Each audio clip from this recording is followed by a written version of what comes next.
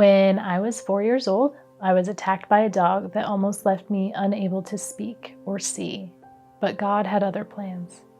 So I grew up in a Christian home, one of those households where you're at church as often as the church is unlocked. When I turned 16, my dad told me that hours before I was bit by the dog, we were at church for a revival night, a worship night, and someone prophesied over me that I would speak the gospel to the nations. Later that night, we were actually going to stay the night with a babysitter. It was my parents' anniversary.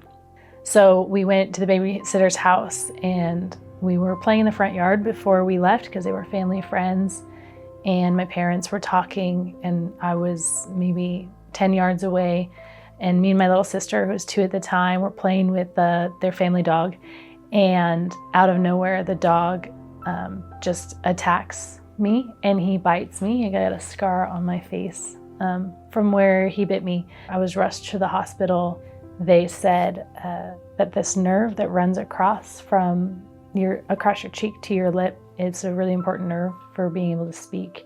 And that should have been severed, and it wasn't. They said it was a complete miracle that it hadn't been severed through that bite because of just how bad the trauma was.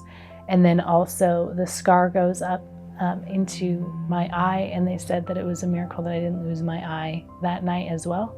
When I was in the hospital when I was 4 and they're like stitching up my face, there was no time to go under anesthesia, so they just did a local anesthetic.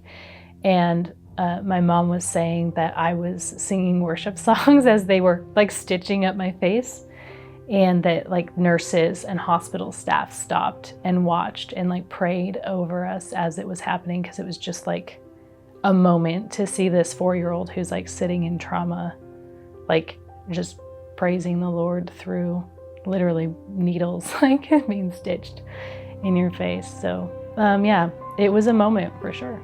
I can't help but like realize that now, looking back, that was spiritual attack, that was the enemy trying to steal and destroy the work that God had for me in my life, and that God wasn't going to let that be taken. Like God had a plan for me that I see unfolding in my life, and he tried to stop it right away.